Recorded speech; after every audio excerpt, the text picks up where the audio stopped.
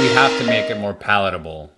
I Agreed. think again, going back to you've used a hammer and you've used a saw, and now we have this massive Yeah. toolbox, and you don't know what to do. So now we need to introduce something that's more palatable. And we're asking people to buy gold or buy commodities, and we're showing how difficult that would be, right, behaviorally.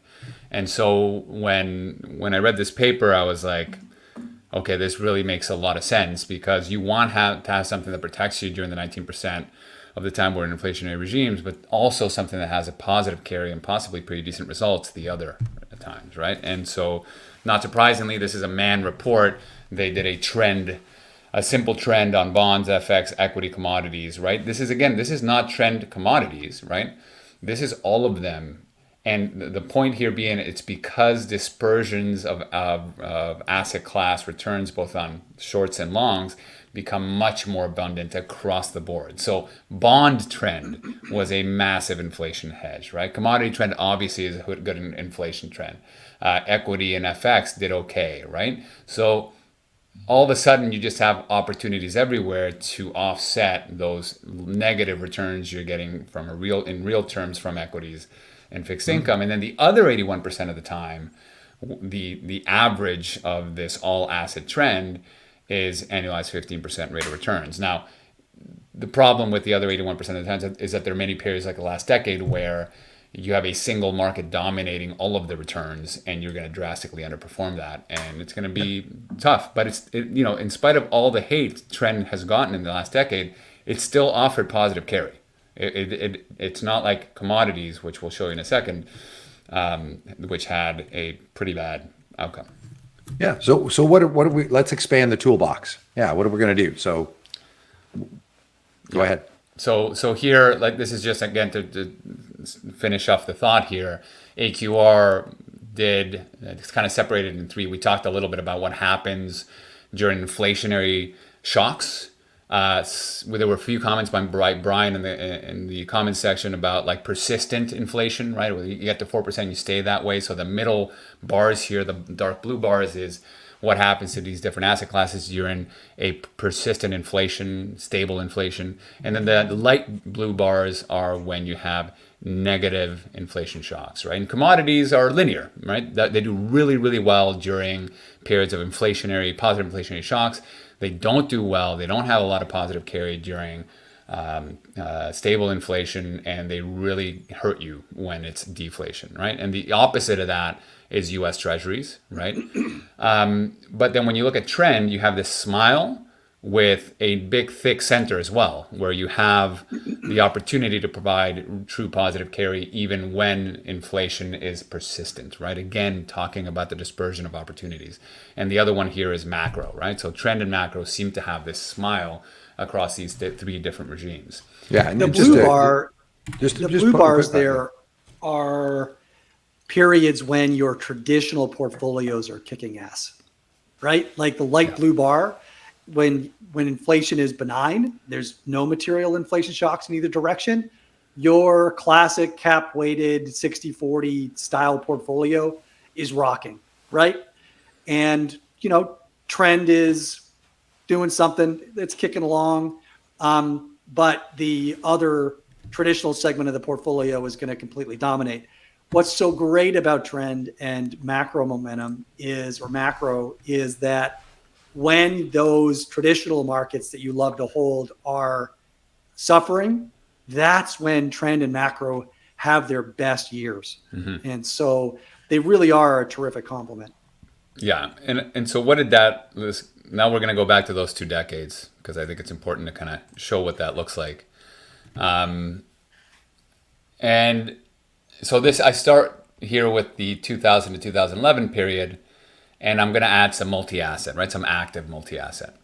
The yellow line continues to be commodities with that 31% loss and that 60% loss. Of course, a strategy near and dear to our hearts is risk parity. So we're just using the Advanced Research Risk Parity Index here.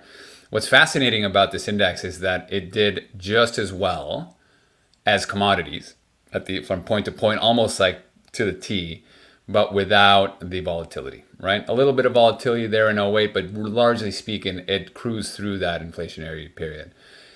But importantly, the Goldman Sachs Macro Risk Premium Index, with here we've scaled it to 10% and deducted a 3% performance fee or fee on it. It actually absolutely crushes it, because again, that dispersion of opportunity, the ability to make money in trend and value and carry when there's dispersion is just astounding, right? And if we take this to the 70s, it's the exact same story, right? Like risk parity does just as well as this risk parity of 10% volatility does just as well as commodities do without the volatility, without a 37% drawdown. And then in this case, I'm using AQR's Future Diversified Trend Index, again, because of that diversification and the opportunity sets that are abundant, you do really, really well, right? So if you're thinking about an inflation hedge, I dare say this might be a good place to start. The real question is, why isn't everybody buying into this? Why haven't we discovered this and are doubling down and selling our private equity and buying as much as we can of this? And of course, it comes down to the fact that the last 10 years, so this is a chart showing the same asset classes from 2011, the peak of the commodity crisis, to roughly now.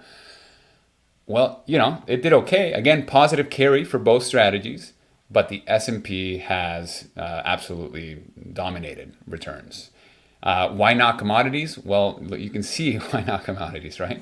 It began to go down after the commodity boom cycle. The peak in the cycle February, in 2011. and it hasn't recovered in 10 years. And we've had 155% drawdown and a bunch of other, double-digit drawdowns in between.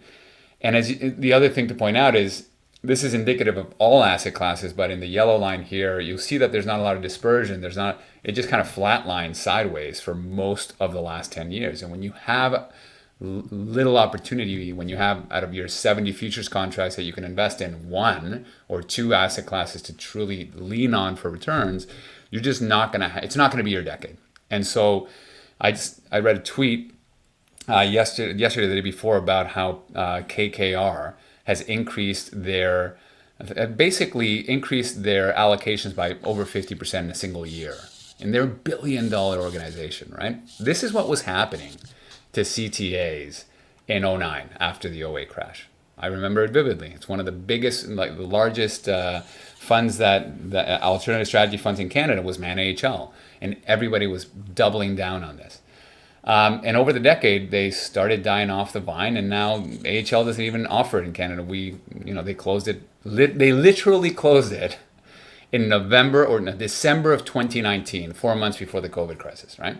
So this is why nobody likes these things. And the question we have to ask ourselves is, all right, maybe commodities are rough, but maybe we can, the worst thing that can happen with multi-asset could be just a single-digit rate of return if everything continues to back to normal. But if we're right and there's inflation volatility, it might be a massive opportunity that you're missing out on, right?